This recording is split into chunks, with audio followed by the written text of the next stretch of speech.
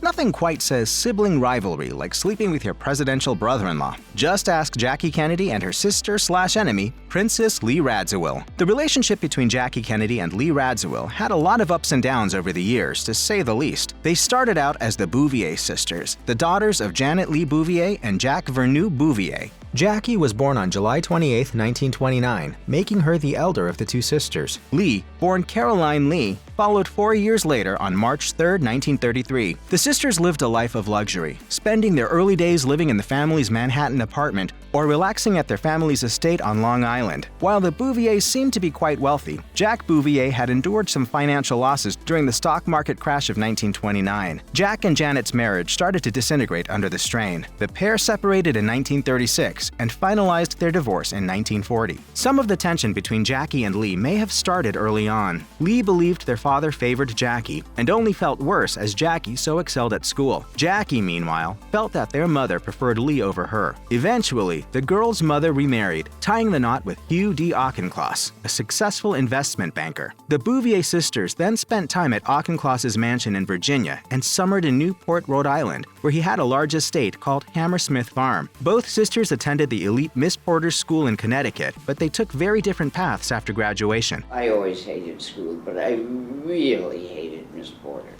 Jackie, the more academically accomplished of the two, attended Vassar College for her first 2 years of school. She then went to Paris to study at the Sorbonne for her junior year. When Lee graduated high school, she went to Paris with Jackie. The two spent the summer of 1951 traipsing around Europe. Through their family's numerous connections, the sisters received introductions to diplomats and other members of high society. This journey together may have been the closest the two would ever be in their adult lives, and before long, their sibling rivalry resurfaced. Jackie went to Washington, D.C. after Paris, and Lee tried college life for 3 semesters before dropping out of Sarah Lawrence. Jackie finished her degree at George Washington University in 1951 and worked for the Washington Times-Herald, while Lee put her savvy fashion sense to work as an assistant to Diana Freeland of Harper's Bazaar. In 1953, Lee married Michael Canfield, the adopted son of the publisher of Harper & Row. 2 months after Lee's wedding, however, Jackie stole the spotlight with news of her own engagement to none other than John F. Kennedy. Jack was the most unself-conscious person I've ever seen.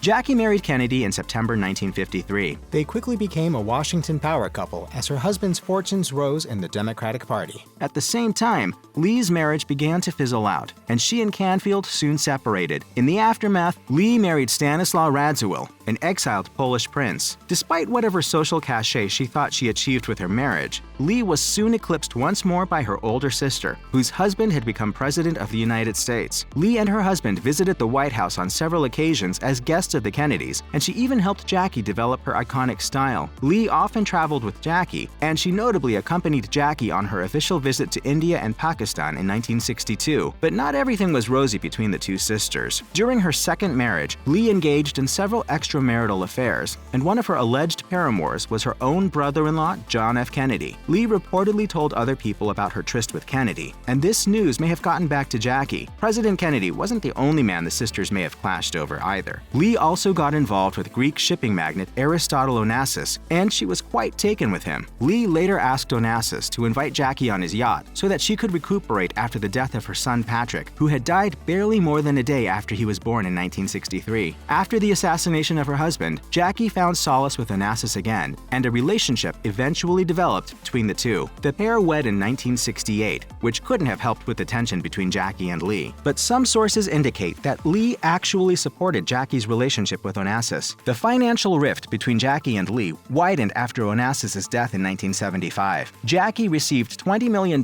from his considerable estate, plus an additional $6 million to cover related taxes, although the couple had been in divorce proceedings at the time of his death. Jackie managed to parlay that money into a $150 million fortune. Perhaps the most revealing insight about the rift between Jackie and Lee surfaced after Jackie's death in 1994. In her will, Jackie left Lee absolutely nothing. Jackie gave Lee's 2 children $500,000 each, but she intentionally excluded her sister. Jackie knew that Lee had struggled financially over the years, and she explicitly stated in her will that she had omitted her sister on purpose because she had provided for her during her lifetime. Jackie's will marked the final act in a deeply complicated sisterly relationship, one that was defined as much by animosity as it was by love. Without memory, there's no life.